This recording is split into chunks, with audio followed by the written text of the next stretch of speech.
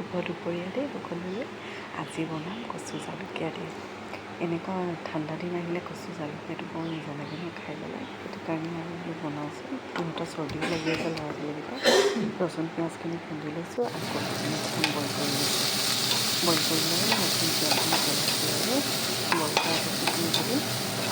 বাকী বিলাহীখিনি মই হেৰি কৰিছোঁ, মচুৰ দাইল, বিলাহী আৰু আলু কেইটাকে মই কুকাৰত হুইচেল মাৰি লৈছোঁ। কচুৰ লগত দিলে হেৰি হৈ যাব বুলি বহুতেতো একেলগে বইল কৰি দিয়ে বাৰু, তেনেকৈও ভালেই চাগে। মই কৰি পোৱা নাই, মই বেলেগ বেলেগকৈ কৰিছোঁ।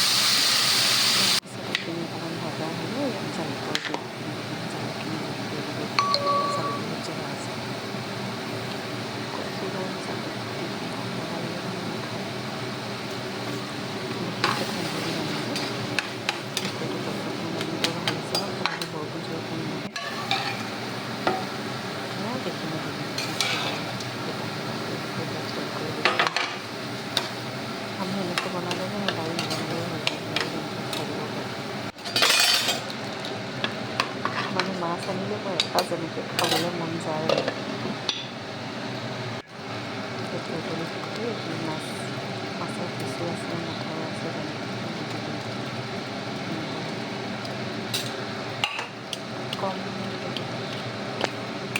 অকণমান ধনিয়া লাষ্টত কাটি দিব পাৰিলে অকণমান ধনিয়াটো এতিয়া ইটো ধনিয়া এভেইলেবল নহয়, আমাৰ মান ধনিয়া আছিলে সেয়াকে অকণমান কাটি পেলাই দি দিছোঁ আৰু।